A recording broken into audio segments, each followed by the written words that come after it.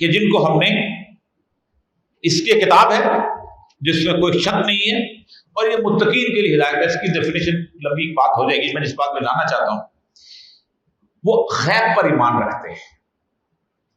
وہ یقیمون الصلاۃ, نماز کو قائم کرتے ہیں, اور اس کے بعد اگلا کیا ہے, وَمِمَّا رَزَقْنَاهُمْ يُنْفِقُونَ, اور وہ لوگ جو ہم نے رزق دیا ہے اس میں سے انفاق کرتے ہیں. اچھا, رزق کی ڈیفینیشن جو ہے وہ خالصتاً جو تمام لوگ کہتے ہیں رزق بنیادی طور پر یہ نہیں کہ جو پیسے آپ کی جیب میں, جو اللہ نے مجھے علم دیا ہے وہ بھی رزق ہے, جو اللہ نے میرے اندر دل میں محبت کا پیار کا جذبہ رکھا ہے وہ بھی رزق ہے. جو کچھ اللہ تبارک و تعالیٰ نے مجھے عطا کیا ہے اگر میں اس سے انفاق نہیں کرتا ہوں تو ختم ہو جاتا ہے.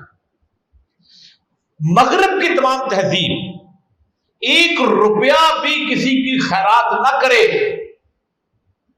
اور وہ بڑا تاجر بن جائے تو وہ صاحب عزت ہے. وہ بل گیٹس ہو, وہ اسٹیو جابس ہو, وہ اس کا اوناسس ہو, اتنا بڑا محل کرتے ہیں, اس کا لائف سٹائل اس کی شہرت بنے گی, پورے چینل اس کے لائف سٹائل کو دکھائیں گے, بتائیں گے اسے جزیرہ لیا ہوا ہے, اس کے اندر یہ زندگی ہے, اس کے اندر یہ مقام ہے, وہ اس وقت صبح اٹھتا ہے, اس کے اتنے پلینز ہیں, وہ اس کی عزت میں, اس کے وقار میں, اس کی تباہر میں, تمام کسی چیز کے اندر کوئی کمی نہیں آئے گی. لیکن میرا اللہ اس انفاق نہ کرنے والے کو کوئی عزت نہیں دیتا. فرمایا بخیل پر لعنت بھیج دی گئی. مما لن تنالوا البر حتى تنفقوا مما تحبون, تم کسی طور پر نیکی کے درجے پر نہیں پہنچ سکتے, تم کبھی کسی طور پر عزت و وقار کے درجے پر نہیں پہنچ سکتے جب تک تم اس چیز کو قربان نہ کر دو جس سے تم محبت کرتے. ليس البر ان تولوا وجوهكم قبل المشرق والمغرب, تم کیا سمجھتے ہو کہ تم منہ مغرب کی طرف کر لو منہ مشرق کی طرف, ولكن البر, نیکی کیا ہے, من آمن باللہ ہے, اللہ پر ایمان لاؤ, کتابوں پر ایمان لاؤ, رسولوں میں ایک درجے ایمان لینے کے بعد کیا کرو. رزق حلال اس وقت تک نہیں ہوتا جب تک کہ انفاق آپ نہیں کرتے, جب تک آپ کا مقام مرتبہ بنتا ہی نہیں, نیکی آتی ہی نہیں. وآت المالا اللہ حب ہی, اللہ نے کیا خوبصورت میرے دل کا چور پکڑا ہے. خالق اس مال کو خرچ کرو جس سے تم محبت کرتے ہو. زکوٰۃ جو نکال کے رکھتا ہے وہ محبت والا مال نہیں, وہ میل ہے. وہ میل نہ نکالو جس مال سے تم محبت کرتے ہو. میں نے کرولا کا نیا ماڈل آیا ہوا ہے, میں نے وہ گاڑی خریدنی ہے, میں اس کے لیے پیسے جمع کر کے رکھے ہوئے, محبت ہے اس سے. مجھے ایک ضرورت مند نظر آ جاتا ہے, اور کون, ذوی القربہ, میرے قرابت داروں میں سے ہے, میرے چچا کا بیٹا ہے. قربہ کہتے ہیں ایکسٹینڈڈ فیملی, اسرا کہتے ہیں ذاتی خاندان, مطلب 4-5. اہل بیت کہتے ہیں گھر کے اپنے لوگ, بیٹا بیٹی سب کچھ. یہ 3 اللہ نے اہل بیت نہیں کہا, ذوی اہل بیت نہیں کہا, ذوی الاسرہ خاندان کے لوگ, ذوی القربہ قرابت دار, چاچے کے, مامے کے, پھپھی کے, یہ جتنے بیٹے, اس پہ اور نظر آ جاتا ہے آپ کو کہ اس نے اپنی بیٹی کی شادی کرنی ہے. میرا بیٹا آکسفورڈ میں پڑھ رہا ہے, اس کے پاس لمس کی فیس نہیں, حالانکہ ذہین ہے. میرا کوئی اور بچہ جو ہے وہ ایک اچھی سی موٹر سائیکل پہ گھر سے باہر جاتا ہے, اور وہ بچہ جو ہے وہ بسوں پہ دھکے کھا رہا ہے. میں گاڑی خریدنے کے چکر میں ہوں. اللہ کہتا نا, ایمان لا, لیس البر ان تولوا, نیکی یہ نہیں ہے ان تولوا وجوہکم قبل المشرق, مشرق کی طرف منہ کرو یا مغرب. ہاں کیسی اللہ نے تمسخر اڑایا ان لوگوں کی طرف, کیونکہ یہاں کے لوگ مغرب کی طرف منہ کرتے ہیں, اور وہ جو لوگ افریقہ میں بیٹھے ہیں وہ مشرق کی طرف, قبلہ مشرق کی طرف ہو جاتے ہیں. نیکی یہ ہے کہ تم اس مال کو خرچ کرو کہ جو میں نے پاس 200, میری بیوی کے پاس 200 سوٹ ہیں, اس نے ماریا بی کا سوٹ لینے کے لیے ایک خرچ لیا ہوا ہے, پیسے جمع کیے ہوئے ہیں, یا بریزے کا آ جائے گا یا فلانا. اچانک وہ کسی ایک اپنے باجی کو، بھتیجی کو، دور کے رشتے دار کو کسی پھٹے ہوئے کپڑوں میں دیکھتی ہے اور اس کے بعد وہ اس مال کو خرچ نہیں کرتے. اللہ کہا تم نیکی کی طرف چلے جاؤ. ذوی القربى والیتامى، اس کے اوپر میں نے بہت لمبی بحث کی تھی جب میں نے شروع میں خاندان کے نظام پہ بات کی تھی. یتامہ کیوں کہا گیا؟ اس لیے کہ اسلام کی بنیادی تہذیب جو ہے وہ ایک ادارے کو جو ہے اس کو بنیاد بناتی ہے، وہ خاندان کا ادارہ. اللہ نے رشتے بنائے ہیں، یہ باپ ہے، یہ ماں ہے، یہ بیٹی ہے، یہ بیٹا ہے. آپ خود سوچیں کہ جہاں جہاں بھی اللہ تبارک و تعالیٰ نے آیاتیں اتاری ہیں شرک کے خلاف اور توحید کی، اللہ نے ساتھ ہی اگلا جو گناہ ہے وہ کون سا رکھا ہے؟ والدین کی نافرمانی. سورہ مریم شروع میں دیکھیں جو حضرت زکریا کی اس دعا سے شروع ہوتا ہے کہ اللہ یہ جو میں نے اتنی بڑی مسجد بنا دی ہے اس کا کوئی رکھوالا مجھے نہیں مل رہا، میں بوڑھا ہو گیا ہوں، میں اس طرح کا میری حالت آ گئی ہے کہ اب شاید اس حالات میں نہیں ہوں، تو کوئی مجھے وارث تو ملے مجھے اس کو سنبھال دے. میں اتنی بڑی آپ اس کو ہیکل کہتے ہیں، وہ مسجد ہے بیسیکلی. اسی لیے جب معراج کا واقعہ ہوا ہے تو سبحان الذی اسری بعبدہ لیلا من المسجد الحرام الی المسجد الاقصی الذی، اللہ نے مسجد اقصی کہا ہے. ہم حضرت عمر کی مسجد کو لے لیتے ہیں، وہ جہاں رسول اللہ کے حضرت عمر نہیں ہوا، حضرت عمر تو اس وقت اسلام ہی نہیں قبول کیا ہوا تھا، میں نے کر بھی لیا ہو، لیکن اس کے بعد مسجد اقصی نام بیت المقدس میں، تو اس مسجد کا رکھوالا کو نہیں ملتا، تو اللہ نے وعدہ کیا کہ بے فکر ہو جاؤ اللہ تمہارا. تو پھر اللہ سے حیران ہو کے پوچھتے ہیں کہ میں جو اس حالت میں پہنچ گیا ہوں کہ اس حالت میں تو اولاد کا تصور نہیں ہو سکتا، اور دوسری بات یہ ہے کہ میری بیوی بھی اسی حالت میں ہے. تو اللہ کہتا ہے کہ تمہیں نہیں ہم نے پیدا کیا. اس میں جس سیدنا یحییٰ کی بشارت دی جاتی ہے، سیدنا رسول سردار بھی ہے، وہ کہتا ہے کہ ایسا بچہ ہوگا کہ جو اللہ کی وحدانیت اور اس کا قائل ہوگا اور اپنے والدین کا فرمان بردار. تو والدین کی اس یونٹ کے اندر پہلا بندہ جو محروم ہوتا ہے وہ یتیم ہوتا ہے.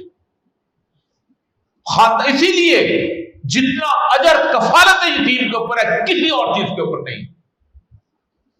روتے تھے صحابہ، ایک صحابی آپ صلی اللہ علیہ وسلم کو وضو کروانے لگے اور آپ کو وضو کرتے کرتے رو پڑے. تو میں کیا ہوا؟ کہ یا رسول اللہ میں آپ کو ادھر دیکھتا ہوں، میں آپ کو روز سب کی آپ کی زیارت کرتا ہوں، جنت میں آپ پتہ نہیں کہاں ہوں گے، میں کہاں ہوں گا، مجھے آپ ملیں گے نہیں. سیدنا الانبیاء صلی اللہ علیہ وسلم خاموش ہو گئے. اللہ نے آیات اتاری کہ نہیں، جو لوگ تمہارے ساتھ اپنے اعمال صالح کے ساتھ کام کرتے ہیں وہ اسی طرح ہوں گے جیسے صدیقین ہیں، شہداء ہیں اور صالحین ہیں. اور اس سے بہتر ساتھ کیا ہوگا؟ فرمایا جو جس سے محبت کرتا ہے، سید الانبیاء کی حدیث، وہ اس کے اعمال اس جیسے نہیں ہو، قیامت کے اس کے ساتھ اٹھایا جائے. تو یتیم کے بارے میں کہا دیکھو جس نے کسی یتیم کی پرورش کی وہ قیامت کے دن میرے ساتھ ایسے ہوگا جیسے دو انگلیاں ہیں. کیوں؟ بیسیکلی آت المال علی حب، پہلے تو اپنے رشتے داروں کو دیکھو، پھر رشتے داروں میں سے سب سے اہم ترین بات یتیم والمساکین. میں رزق حلال ہوتا نہیں ہے، آپ کتنا اس کو رزق آپ، لیکن کیا کہا اللہ نے؟ الذی جمع مالا وعددا. یہ کون ہے جو دین کو جھٹلاتا ہے؟ کون ہے جو مال جمع کرتا ہے، گن گن کے رکھا ہے؟ نشانی بتائی،